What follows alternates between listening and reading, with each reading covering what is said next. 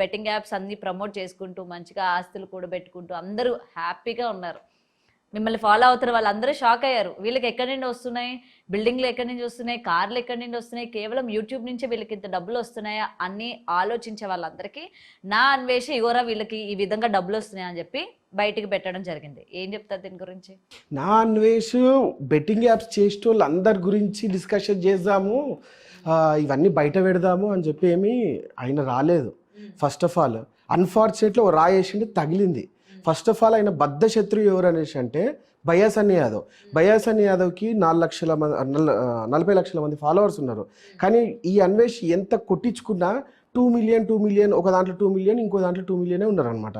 ఈ controversy start కాకముందుకు 17 lakhs followers ఒక దాంట్లో ఉండే, ఇప్పుడు అది 2 మిలియన్ అయిపోయింది.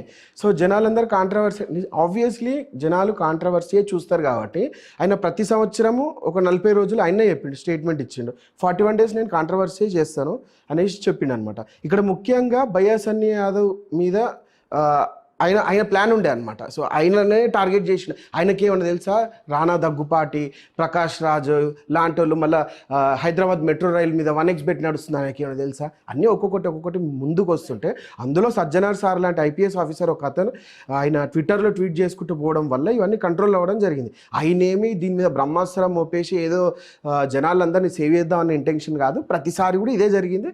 సరే, ఇప్పుడు బెట్టింగ్ యాప్స్ ఇప్పుడు జనాలకైతే అర్థమవుతుంది, కొన్ని సిచ్యువేషన్లో కొన్ని చెప్తుంటే అర్థమవుతుంది, అవునా కాదా అనేది అర్థమవుతుంది.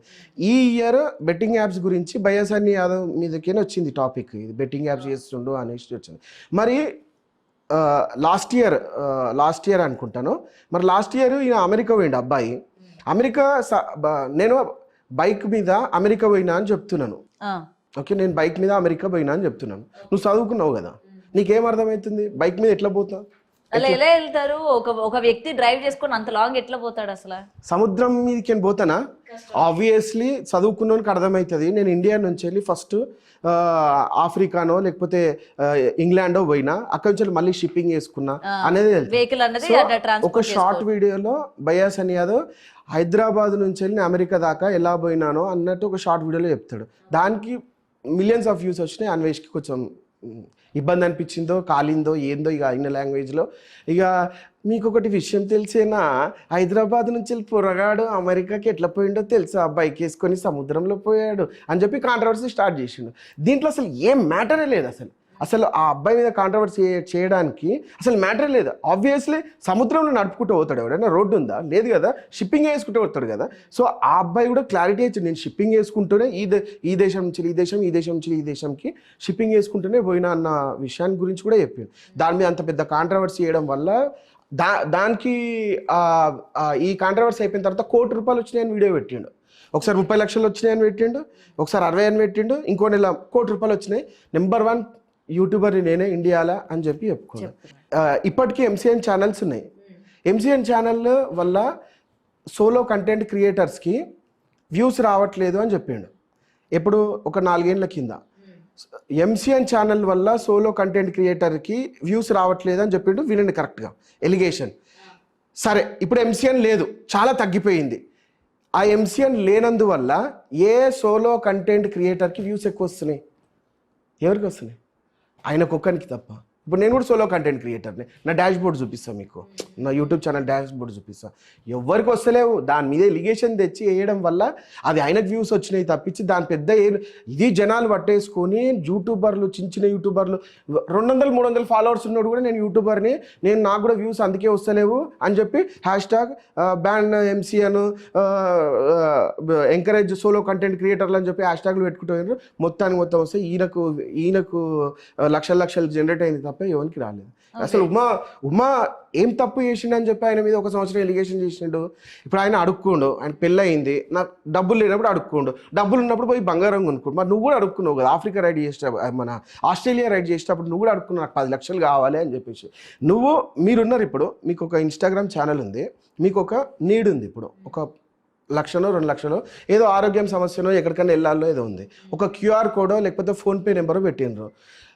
మీకు నిజంగా వేస్తారా అండి డబ్బులు? వేస్తారు. డయాడ్ ఫ్యాన్స్ ఉన్నారు మేడం, ఉంటారు, వేస్తారు. అయితే ఒక 1,00,000-2 లక్షలు జనరేట్ అయినాయి. వేస్ట్ వాళ్ళు ఎంత వేస్తారు తెలుసా? ₹1, ₹2, ₹5, ₹10, ₹100. ఇక మరీ బలిసినోడు 1000 రూపాయలు వేస్తాడు. ఇక మరీ డైహార్డ్ ఫ్యాన్ వాడు పిచ్చోడు అనుకుంటే ఒక 10,000 వేస్తాడు. ఓకే. అంతేనా? ఇప్పుడు మీకు 2 లక్షలు వచ్చినాయి. ఒక్కొక్క రూపాయి ఒక 10,000 మంది వేసిండ్రు. 1000 రూపాయలు ఇంకొక 5,000 మంది వేసిండ్రు. ఇట్లా వేసుకుంటూ పోతారు కదా. 2 లక్షలు వచ్చినాయి కదా, నేను వీళ్ళందరికీ రిటర్న్ ఇచ్చేసిన అని ఒక స్టేట్మెంట్ ఇస్తుండ్రు మీరు, ఒక లైవ్ పెట్టేసి. ఎట్లా ఇస్తారు? ఒక్కొక్క రూపాయి వేసుకొని కూడా రూపాయి వేసుకుంటావు. ఒక 30 నిమిషాల లైవ్లా నువ్వు అందరికి పైసలు కొట్టేసినా అని చెప్పి స్టేట్మెంట్ చూపిస్తే ఎంత ఎర్రి పప్పలు జనాలు. ఆయనకు 10 లక్షలు 8-9 లక్షలు వస్తే నేను అందరికీ అమౌంట్ రిటర్న్ ఇచ్చేసిన అని స్టేట్మెంట్ చూపించాను. అది ఉమా వేయలేకపోయాడు, ఎందుకంటే ఉమాకు అంత నాలెడ్జ్. ఇప్పుడు ఒక తొక్కాలంటే ఈయనకు నాలెడ్జ్ ఉండాలి కదా, ఇవి ఉమాకు అంత నాలెడ్జ్ లేకపోయింది. సరే, ఈయన వేసాడని చెప్పాడే అనుకోండి, మరి డబ్బులు వేసే వాళ్ళు మాకెక్కడేసేవారు అబ్బాయి అని చెప్పి బయటకు వచ్చి మాట్లాడలేదు ఎందుకు మరి? అది మాట్లాడారు. అది ఇప్పుడు వేసినోడు వచ్చి వీడియో పెట్టడము అవి ఇంపాసిబుల్. మరి బెట్టింగ్ యాప్లో లాస్ అయ్యేసి నేను ఇంత లాస్ అయినరా బాబు అని చెప్పి పెడుతున్నారా? బయస్ అని యాదవ్ మీద ఓపెన్గా ఎవరైనా బాధితులు ఉంటే వచ్చి మాకు కంప్లైంట్ ఇవ్వచ్చు అని చెప్పి అనుకుంటే ఇప్పటి వరకు బాధితులు ఎవరైనా వచ్చిండ్రా? అది బయట పెట్టిండ్రా మీరు? సో వేసినోడు ఎవడైనా సరే పోతే పోనీ అని ఆలోచిస్తాడు. ఒక బీర్ కాస్ట్ లేదంటే ఒక ట్రిప్ కాస్ట్ పోతే అంతే అవుతుంది. రవి తెలుగు ట్రావెలర్ 300 రూపాయల గొడుగు 400 రూపాయల గొడుగు ఇప్పించిండు. ఒక ఏమంటారు చాకలైనకు ఇప్పించిండు అనమాట. ఇప్పించిండు, ఓకే. దాన్ని ఈయన యూట్యూబర్ కాబట్టి నాకు రెవెన్యూ జనరేట్ అయింది. ఆయనకు ఒక 5,000 వీడియో మీద పైసలు వచ్చినాయి అనుకుందాం. నువ్వైతే అది కూడా చేయలేవు కదా. ఈయనైతే అది నువ్వు దేశాలు తిరుగుకుంటూనే ఉన్నావు, కానీ నువ్వైతే అది కూడా చేయలేవు కదా. ఎందుకు ఎలిగేషన్ చేయాల్సి? దానికి కూడా ఓవర్ రియాక్ట్ అయిపోయారు జనాలు. కానీ ఒకటండి, అంత వ్యూస్ అంటే 1 మిలియన్ 2 మిలియన్ వ్యూస్ వచ్చిన తర్వాత 10 లక్షలు 15 లక్షలు వస్తుందా మీకు రెవెన్యూలో? ఎందుకంటే ఆయన చెప్తూ ఉంటాడు కదా, ఒక హోటల్లో రోజుకి 1,00,000 రూపాయలు పే చేసి నేను ఉంటున్నాను, రోజుకి 2 లక్షలు 18 లక్షలు టికెట్ పెట్టుకొని నేను ఇక్కడి నుంచి ఆ దేశానికి ఈ దేశానికి వెళ్తూ ఉన్నాను. అంత డబ్బులు మొత్తం జనాల నుంచే. లేదా యూట్యూబ్ పైసలు వస్తాయి కదా ఆయనకి, వస్తాయి. 1 మిలియన్ 2 మిలియన్ వ్యూస్కి ఎందుకు రావండి? 1,00,000 రూపాయలు 1,50,000 వస్తాయి ఈజీగా. ఎందుకంటే వ్యూ కంటెంట్ ఎక్కువ చూస్తారు కదా, రేటింగ్ ఎక్కువ ఉంటుంది, ఆర్పిఎం ఎక్కువ ఉంటుంది, వస్తుంది, డెఫినెట్లీ వస్తుంది. సో నిజంగా ఎవరైతే బెట్టింగ్ యాప్స్ ఆడుతున్నారు, ఎవరి జీవితాలు అయితే పాడు చేసుకుంటున్నారో వాళ్ళ గురించి మనం ఒక స్టాండ్ తీసుకుందాం అనేది కాదైతే అన్వేష్ చేస్తుంది. కాదు, జస్ట్ ఆయన సోర్స్ కోసమే. బెట్టింగ్ యాప్స్ మీద పోరాటం చేస్తే అమ్మల్ని అక్కడ ఎవరు తిట్టాడు. పోరాటం అనేది ఒక ప్రాసెస్, ఒక పద్ధతి ఉంటుంది. ఆ తర్వాత యుద్ధాన్ని కూడా ఆపేస్తారు. అర్థమవుతుంది? ఇష్టం ఉన్నట్టు అమ్మల్ని అక్కల్ని తిట్టి దీన్ని ఆపాలి అనేసి అనుకుంటే ఇంకెక్కువ చేస్తారు. ఇప్పుడు నాకు కొడుకు ఒక కూతురు, అరే పక్కింటోనికి మార్కులు ఎక్కువ వచ్చినాయి వాడిని చూసి నేర్చుకోరా అంటే వాడు ఎలా నేర్చుకోవాలి, ఎలా చదువుకోవాలి అనే కాన్సన్ట్రేషన్ కన్నా మా నాన్న నన్ను తిట్టిండు వాని వల్ల అని చెప్పి వాని మీద కోపం పెంచుకునే ఏర్పాట్లోనే ఉంటాడు వాడు. ఇదే సైకాలజీ. సో వీని ప్రేమతో చెప్పాలి నాకు దమ్ముంటే, లేదంటే వానితో కంపేర్ చేయకుండా చెప్పాలి. అమ్మ నక్కని తిడితే అవును చేస్తాం అన్నట్టే మాట్లాడతారు. ఇంకా అది ఎట్లా ప్రొవోక్ చేసినట్టే ఉంది కదా. అమ్మ నక్కని తిట్టడం వాళ్ళ అమ్మ ఏం చేసింది? ఏ రైట్ ఉంది నీకు? వాళ్ళ అమ్మని తిట్టినప్పుడు అందరు అమ్మల్ని తిట్టిండు కదా. మరి ఇంతమందిని తిట్టినప్పుడు ఇమ్రాన్ ఖాన్ ఎక్కడున్నాడండి? తన తల్లి మీద తిడుతున్నప్పుడు ఎక్కడున్నాడు? మరి మీరందరూ ఇంతకు ముందు ఒక టీమే కదా, ఒకలాగా మాట్లాడుకున్న వాళ్ళే కదా, మరి వాళ్ళ అమ్మని తిడుతున్నప్పుడు ఎందుకు ఎక్కడ మరి ఆయన పరారైపోయారు అని చెప్తూ ఉన్నారు. వాళ్ళ అమ్మగారు ఇవాళ ఆవిడ పరిస్థితి ఏంటో అర్థం కావట్లేదు. ఇంత దారుణంగా తిట్టాడంటే ఇంకా నా నోటితో చెప్పకూడదు. అంత దారుణంగా తిట్టినప్పుడు నువ్వు ఒక వీడియో చేసి పెట్టేస్తే సరిపోతుందా? ఇలా తిట్టొద్దు, ప్రభుత్వం యాక్షన్ తీసుకోండి అని చెప్పి పెట్టేస్తే సరిపోతుందా? అంటే మీరు ఇప్పుడు మాట్లాడుతున్నారా ఈ విషయాన్ని?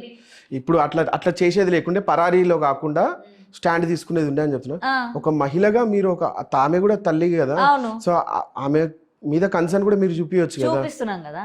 చూపించకుండా ఒక మైక్ పట్టుకొని ఆమె డోర్ సగం పెట్టుకొని ఉంటే ఆడ పోయి మైక్ పెట్టిండ్రు కదా. ఏం అడిగిండ్రు? ఆమె ఇబ్బంది పడేటట్టు అడిగిండ్రు కదా. ఏం వాళ్ళ కొడుకున 7.5 అమ్మా అడుగుతారు కదా. అవును, ఇప్పుడు మరి బెట్టింగ్ యాప్స్ ప్రమోట్ చేశారండి. ఆబ్వియస్లీ చూడండి, ఇగోండి అది వాళ్ళు ఎంత మంది చనిపోతున్నారు చూసారా, ఎంత మంది చనిపోయినారో చూసారా. అవును, మిమ్మల్ని నమ్మినోళ్లే కదండి.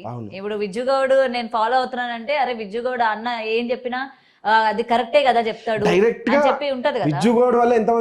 నేను ఎగ్జాంపుల్ చెప్తున్నాను.